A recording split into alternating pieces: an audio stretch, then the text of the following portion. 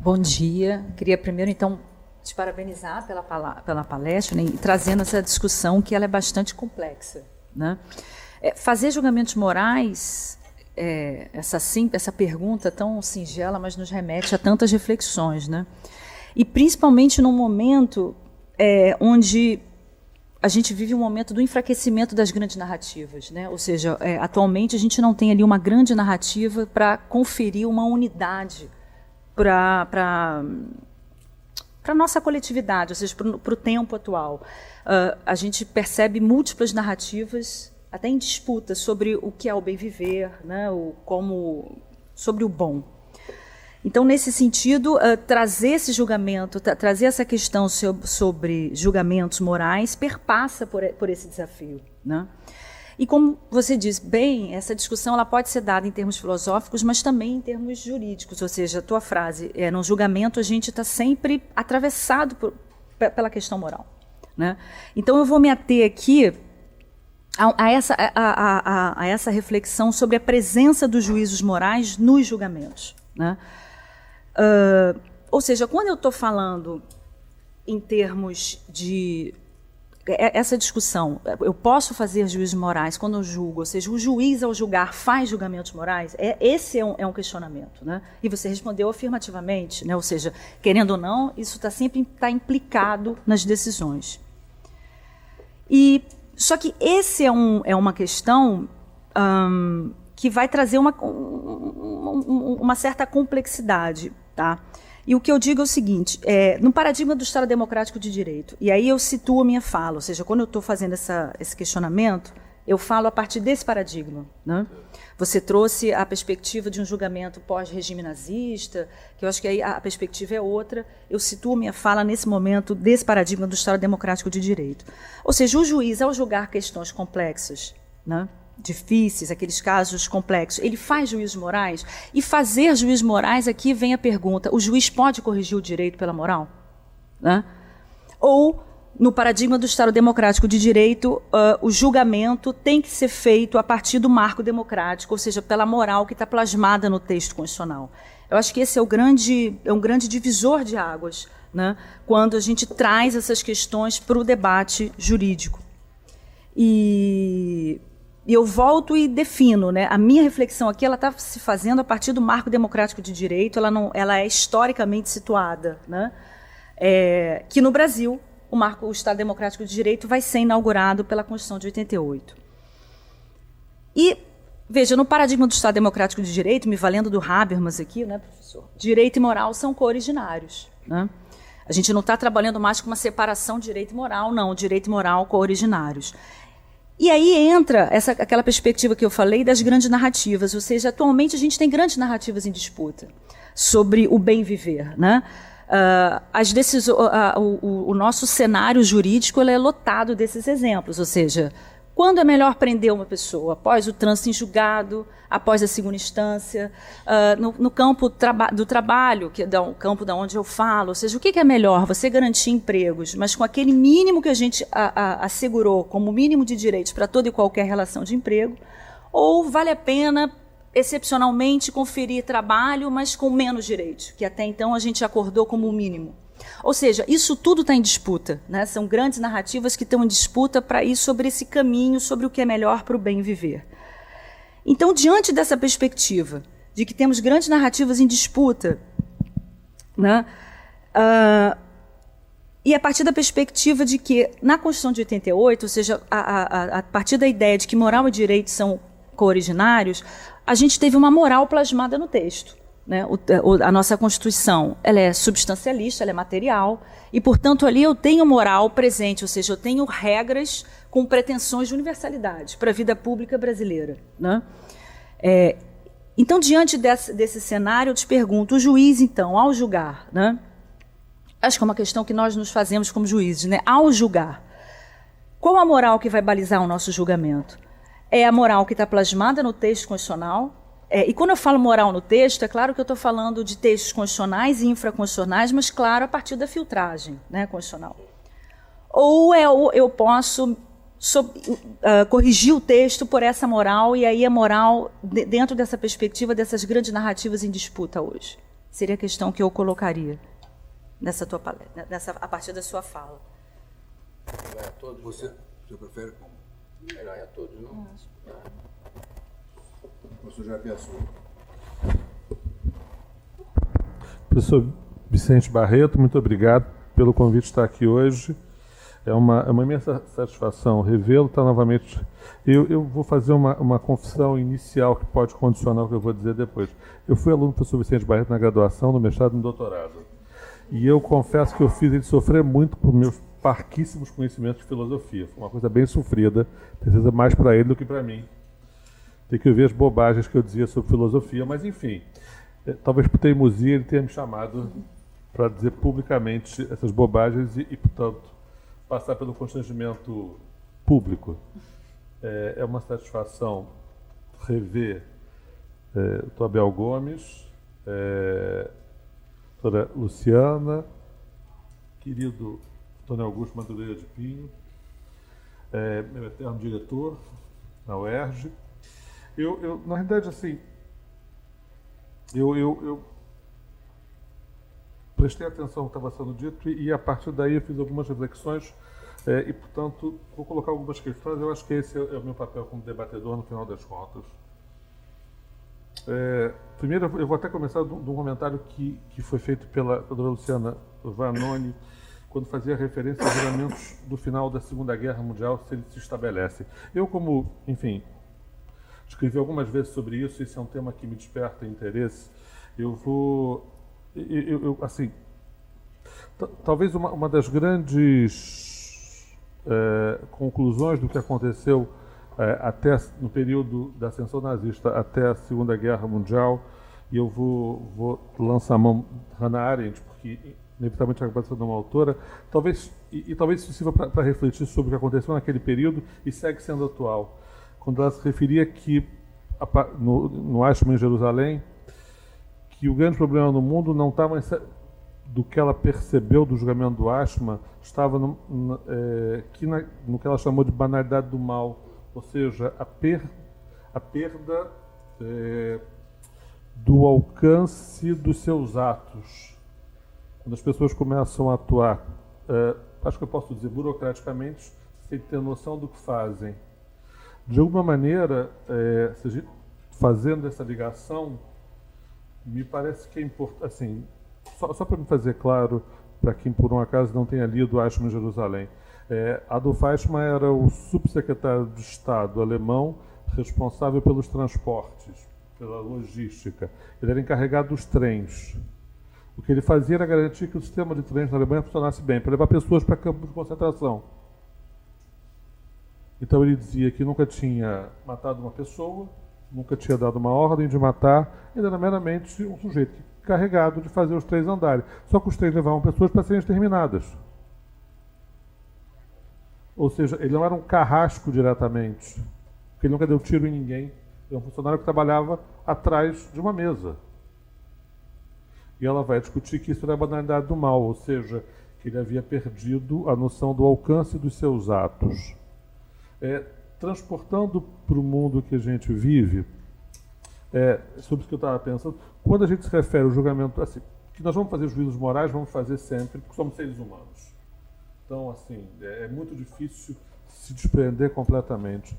Mas, sob um certo aspecto, o excesso nos julgamentos morais, que acaba significando, isso foi dito em algum momento, uma demonstração de intolerância ou de autoritarismo, não se relaciona com essa ideia de perda dos alcances dos atos. E aí, indo mais adiante, assim, eu estou tentando ser breve para não vou fazer outra palestra, nem se justifica. Mas a minha dúvida é a seguinte. Eu posso relacionar ativismo judicial com julgamentos morais? Ou seja, o que eu estou dizendo, assim, eu vou usar dois exemplos do Supremo que sempre me pareceram muito claros. O exemplo da criminalização da homofobia e o exemplo da descriminalização do aborto. em decisões do Supremo. O caso específico do aborto, então, era um habeas corpus. Só de um médico e uma enfermeira presos no Rio Grande do Sul, desse habeas corpus para ver se mantém em liberdade ou não num processo, descriminaliza seu aborto, fixando prazo no qual se podia realizar licitamente o aborto e assim por diante. Se eu tivesse que usar, e aí lançar a mão de alguma coisa que eu confesso que eu não conhecia, até ler a dissertação da doutora Luciana Vanoni, que o trabalho dela sobre terceirização, em que, fundamentalmente, a fundamentação das decisões favorável à possibilidade de terceirização estava baseado que era melhor para a economia, que é um juízo típico, que é o que os juízes devem fazer, analisar a economia, não é isso? Análise econômica do direito. Sim, analisar o que gera emprego e o que não gera emprego, que é tipicamente a atividade do juiz, não é? Acho que não, né? Mas enfim. Aliás, deu super certo, por isso que a partir de agora acabou o desemprego no Brasil. A decisão estava perfeita. No Chile também. É espetacular. Eu gosto assim. O juiz tem o quê? O juiz é especialista em economia e, mais do que isso, o juiz é evidente. Porque aquela decisão judicial, no caso concreto, vai resolver o desemprego. Enfim. Eu posso estar sendo rabugento, mas enfim, eu acho que eu me dou o direito final do ano de ser rabugento, né? De alguma maneira, acho que eu posso dizer, esse ativismo, ele não é reflexo dos julgamentos morais e, portanto, não reflete de alguma maneira uma certa visão autoritária. Não sei, é uma impressão. E a segunda, para eu não me estender,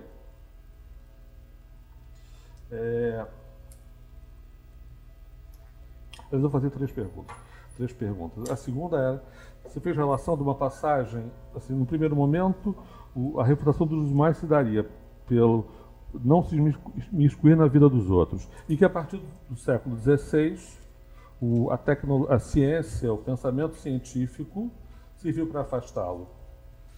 Na sociedade da informação que a gente vive, não está acontecendo o contrário? Ou seja, a ciência está levando a gente a fazer mais juízos morais do que nunca, que é o que se faz em redes sociais. Ou seja, a sociedade da informação, que seria um instrumento democrático, o grande argumento histórico é que a Primavera Árabe na Tunísia começa a partir de redes sociais. Você não teria mais como esconder, como as pessoas têm acesso, passam a ter acesso à informação e podem se comunicar. Mas esse instrumento, que já foi justificado como democrático, não está incentivando os juízos morais, ou seja, as condenações morais em redes sociais. As pessoas não conhecem, alguém emite uma opinião num perfil, pessoas que nunca viram ofendem furiosamente. Não está acontecendo, assim, de alguma maneira, a ciência está permitindo o contrário? Não sei, é uma reflexão. E para acabar, juro, prometo.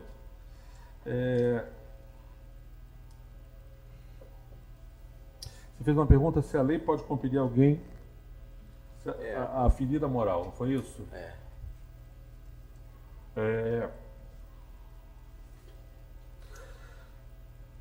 Essa é uma discussão importante, enfim, no período nazista, porque você tem uma série de leis, enfim, a perseguição nazista é toda baseada em lei. Mas a nossa política de segurança pública, que tenta levar para a discussão, tenta levar para o campo da segurança pública o direito da guerra, ou seja, passa a tratar como combatentes, o que justificaria a utilização das regras de engajamento das intervenções humanitárias. Por exemplo, é a regra de você poder... Basta ter uma arma, um fuzil que já autoriza matar, ainda que... essa lógica, como é que ela fica nesse... Porque assim, o argumento quem utiliza arma tipicamente militar se comporta como combatente. Ao se comportar como combatente, o Estado está autorizado a reagir como se faz em combate. Para nem estender isso, o problema de você usar as regras, a lógica do combatente na segurança pública é que o objetivo da intervenção militar é o de conquistar alvos militares.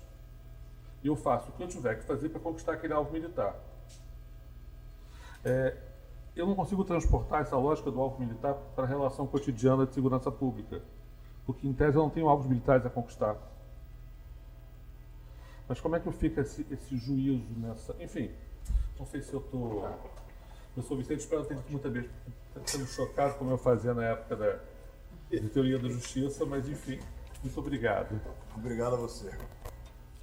Professor Antônio Augusto.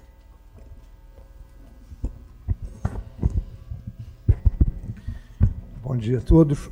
Queria aqui cumprimentar, né, os presentes na mesa, na pessoa do professor Vicente Barreto, né, e dizer ao desembargador Dr. Abel Gomes que foi interessante para mim a sua palestra, perdão, porque suscitou diversas questões e eu queria apenas, não vou me estender nas questões, eu vou reforçar apenas uma questão, que foi uma questão que a doutora Luciana formulou, que eu acho que é uma questão bastante relevante, e queria fazer um ensaio de resposta aqui ao meu amigo Japiaçu, com relação ao que, se eu entendi bem, a ideia de que a ciência ela inflaciona os discursos ou os juízos morais.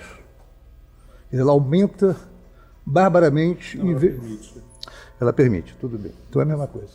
Não, inflacionar é como se ela gerasse. Ela não está gerando. Ela criou um... Assim, vamos lá. Redes sociais, no limite, são murais, em que você pode colocar o seu texto. Não é a tecnologia que está gerando o juízo moral, mas ela criou um instrumento, um ambiente para isso. Ela criou esse grande mural universal. Assim, ele é mais do que... Desinibiu as pessoas. Desinibiu. Não, mas assim, primeiro ela cria o ambiente, aí você vê a desinibição. E quando eu me refiro ao universal mesmo, porque você pode ver isso na estação espacial. Então não é em qualquer... Assim, pode ser fora do planeta. Então você criou um ambiente... É nesse sentido, mas assim, ela não está inflacionada. Assim, não é a tecnologia faz com que as pessoas... Ela criou um mecanismo, criou um instrumento que está sendo usado... Você não está jogando a tecnologia. Não, estou dizendo que no ambiente, na sociedade da informação, que se disse anos atrás que é um ambiente mais democrático, talvez esteja acontecendo o contrário. Ela criou espaço para a intolerância.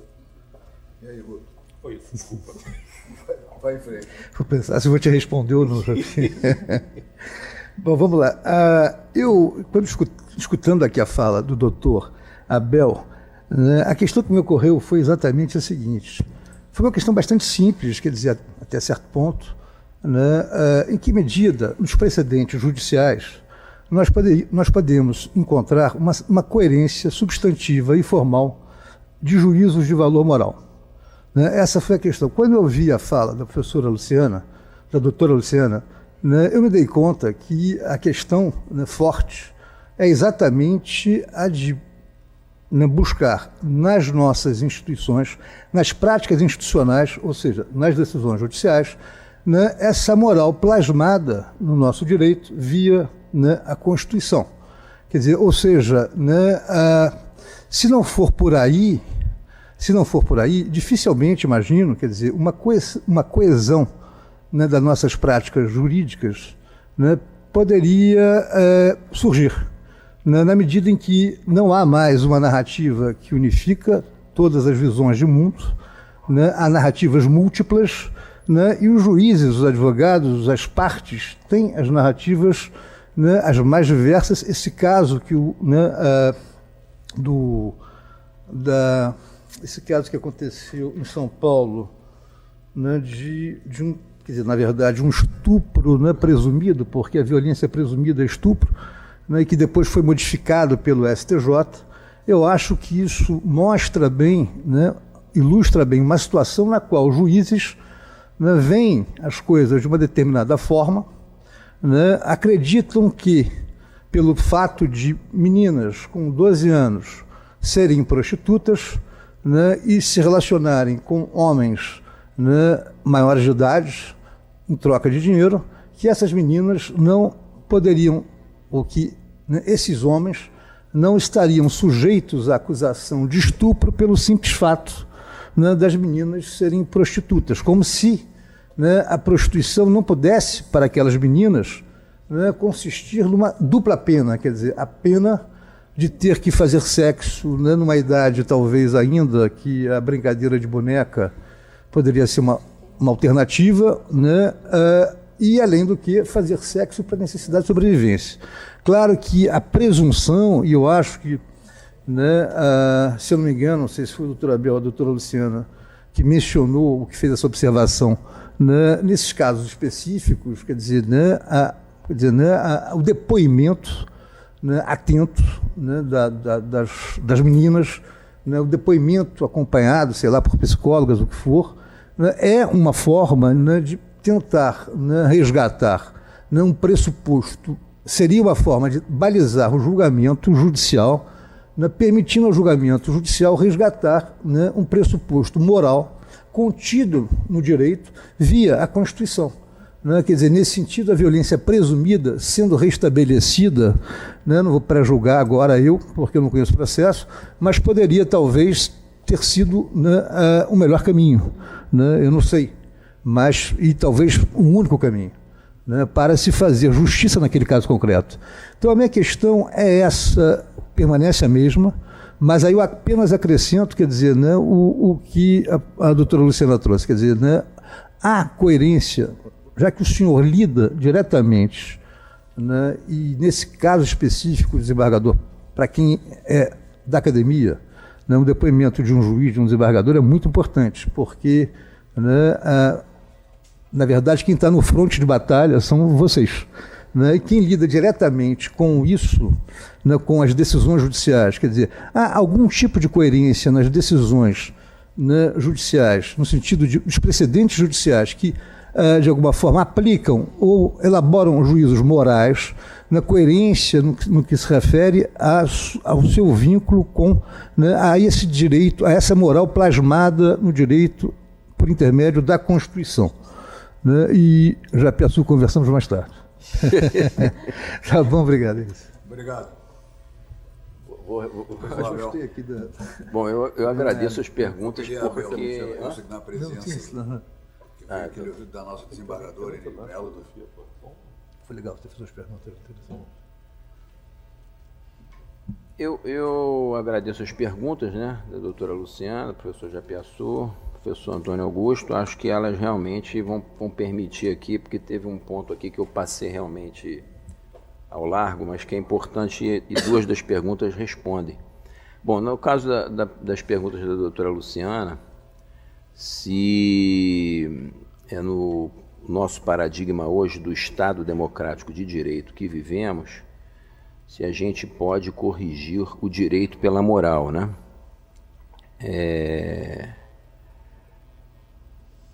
E se esse Estado democrático de direito, que está ele já está moralmente plasmado no texto da Constituição. Bom, ele hoje está plasmado no texto da Constituição. Eu não tenho a menor dúvida que nós temos um Estado democrático de direito plasmado no texto da Constituição. A gente tem normas, inclusive se critica que essa Constituição é até detalhada demais no que diz respeito a isso. Mas às vezes também me parece que a maioria dessas normas hoje, elas só nos permitem falar de um Estado democrático de direito apenas formalmente, porque materialmente nós não chegamos a usufruir de nada disso. E veja que eu não estou falando aqui no campo da felicidade, da saúde, de tratamentos caros, não. Eu estou falando até mesmo no campo político. Eu não sei se hoje no Brasil nós temos um enquadramento harmônico de forças políticas que nos permita dizer que vivemos numa democracia. Então, quer dizer, nós temos um arcabouço formal, mas eu não sei se materialmente ele ocorre, né? Nós vimos uma decisão do Supremo que foi erga omnes, num habeas corpus individual, que julgou que o Estado, que os presídios nacionais vivem um um estado, né, um estado de coisas inconstitucional. E eu até escrevi um artigo no PPGD, que integra um livro lá em homenagem ao professor Lênin, dizendo exatamente o seguinte: olha, aquilo só chegou daquele jeito porque antes disso tudo nós temos uma série de outros estados de coisas inconstitucionais que passaram ao largo do enfrentamento das cortes superiores. Então, quer dizer, esse é o primeiro ponto. Mas, obviamente, que nós temos pelo menos um Estado democrático de direito formal, não há dúvida. Mas e se a gente, por justamente não querer fazer juízos morais em algumas situações, vai estendendo o elástico até que ele arrebente e de uma hora para outra, quando a gente se dê conta, isso não exista mais? Então, eu diria o seguinte: a gente não pode corrigir pela moral aquilo que, ainda que formalmente, nós temos como sendo regras de um Estado democrático de direito. Mas eu acho que a gente deve se orientar pela moral quando for fazer a aplicação dessas leis, levando em conta, sem dúvida nenhuma, o sistema.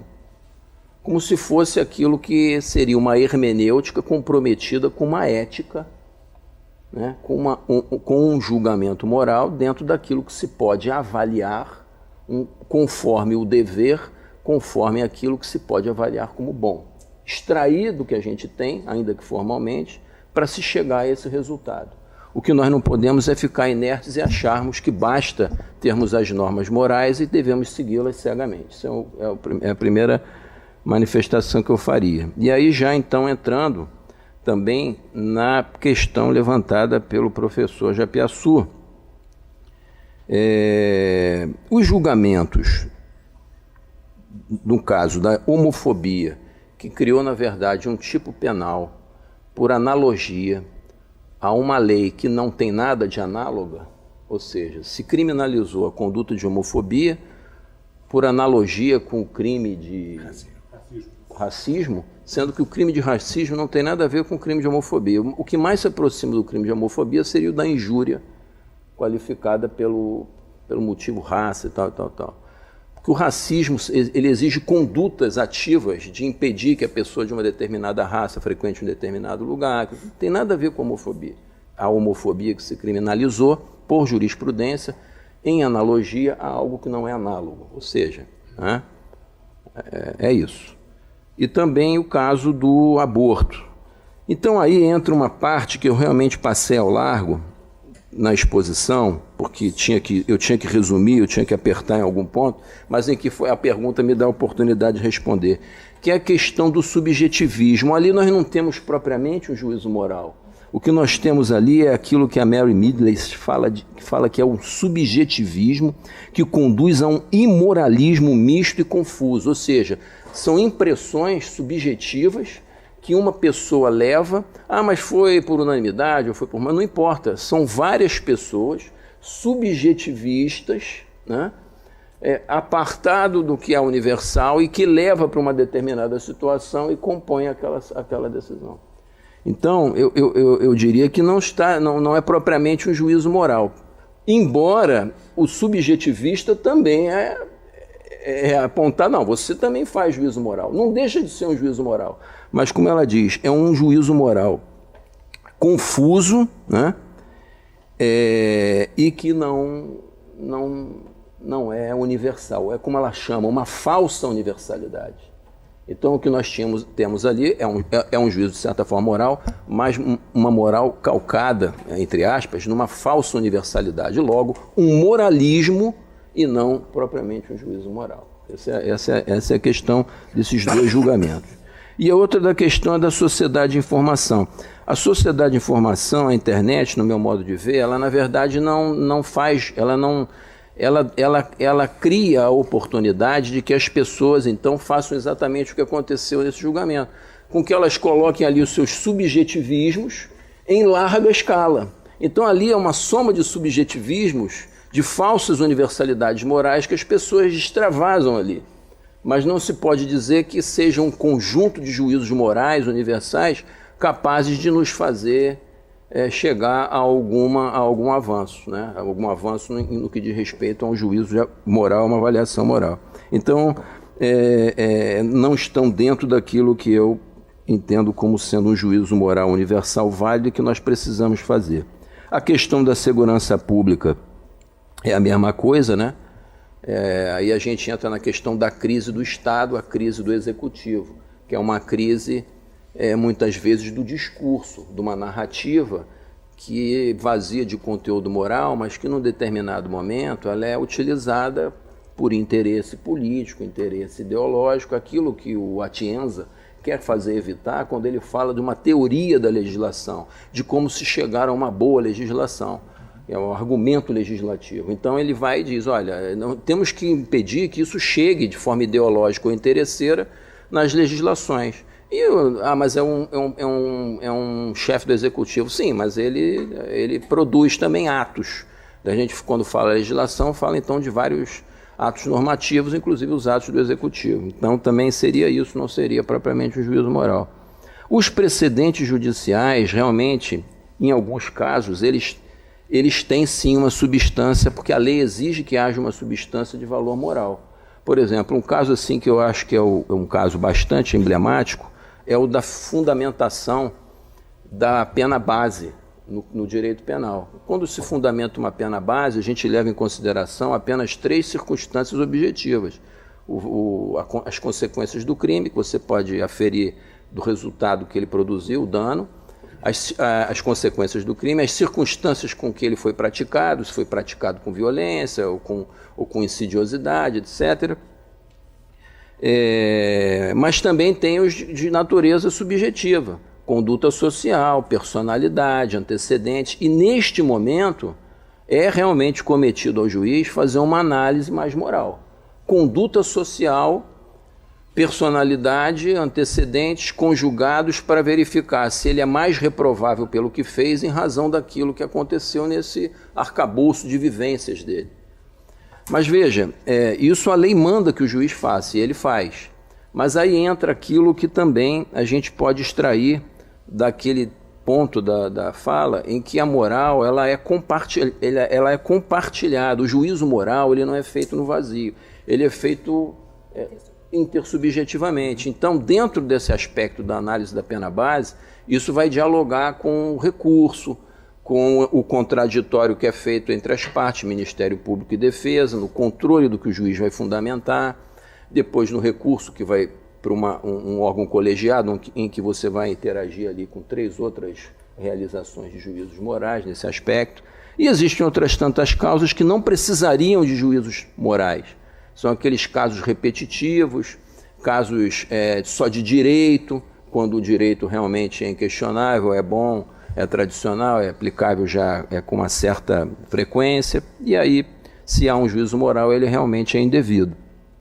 E, finalmente, a questão da moral na Constituição.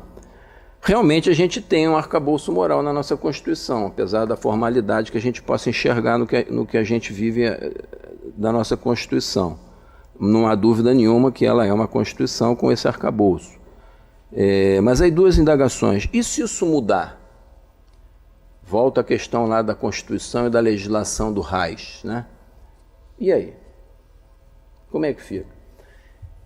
Então, não que a gente não deva aplicar, eu acho que os juízos que a gente faz, ele é sempre com base na nossa Constituição, que é boa. Nesse momento, nós temos que extrair dela o funcionamento mais material, mas é boa.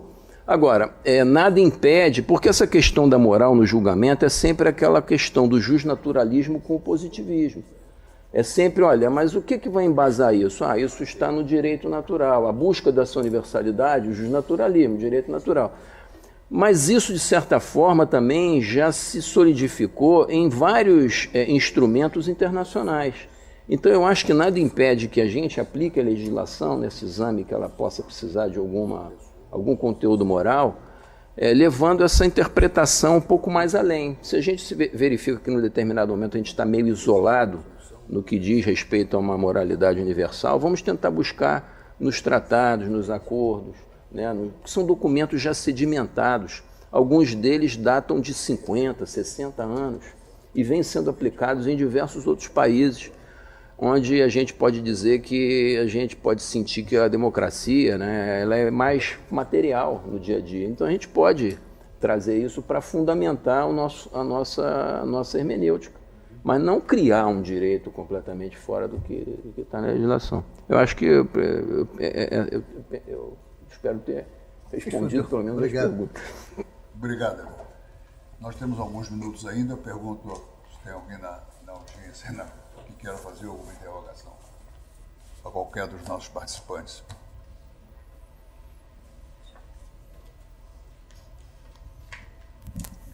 Lá atrás de mim. Lá no fundo.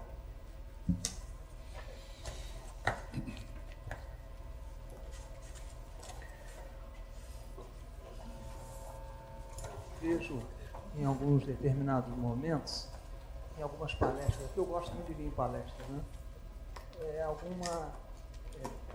Alguma coisa contra as redes sociais. O que funcionava antes era bom? Se ouviu? Vi. Dados tão positivos assim? Não, sim, eu acho que eu acho que todo mundo aqui, de certa forma, isentou as redes sociais, né? Elas não são mais, não. É uma tecnologia que permitiu que as pessoas interagissem mais, né? E é o futuro, não tem como voltar para trás. Pode haver regulamentação, mas não acredito, de certa forma, não tem como voltar para trás. Mas volto a dizer, ela permite apenas, ela não é culpada do subjetivismo de cada um, né? Hoje todo mundo pode expor o seu. Antigamente, como você bem falou, somente quem detinha a concessão de 1 ou 2 canais é que podia expor o seu. Então, quer dizer, na verdade, ela não é tão ruim assim, né? O problema está nas pessoas. Acho que essa é a resposta. Eu queria falar só que a melhor palestra que eu vim aqui é essa daqui, e o senhor Obrigado. É o representante disso. Obrigado. Não esperava tanto. Bom, mais alguém? Doutora.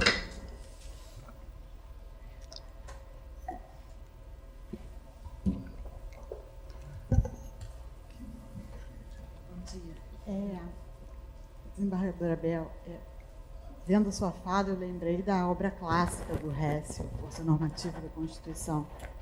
E aí eu lembrei que ele fala que a Constituição, pela ter validade, ela tem uma pretensão de eficácia, que é baseada nessa vontade da Constituição, que pode ser feita através da hermenêutica, né? Para a Constituição estar sempre jovem, sempre apta a resolver, de fato, os conflitos sociais e da eficácia para as normas programáticas, inclusive. Você acha que essa vontade de Constituição ela está baseada num julgamento moral? A vontade de Constituição, que o Hess fala, né? Como a base da pretensão da eficácia das Constituições. Sim. Ela tá baseada exatamente nessa questão moral de que você tem que buscar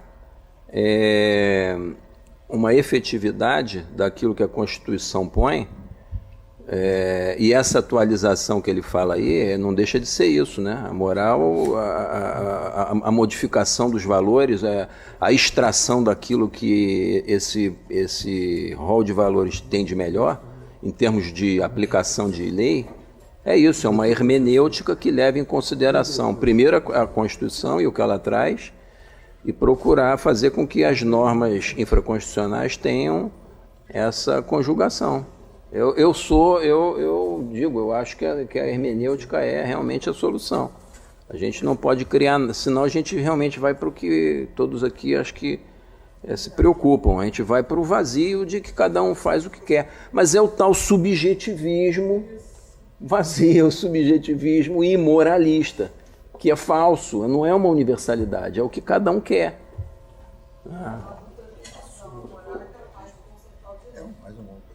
É capaz de consertar o direito. Não pode revogar o direito. Ela é capaz de ser, não de consertar, mas vamos dizer assim, de orientar o rumo que se vai dar numa hermenêutica constitucional e legal. Ou legal em face da Constituição. inspirada pela Constituição. Por aí. É o que eu tento fazer no meu dia a dia. Mais alguém?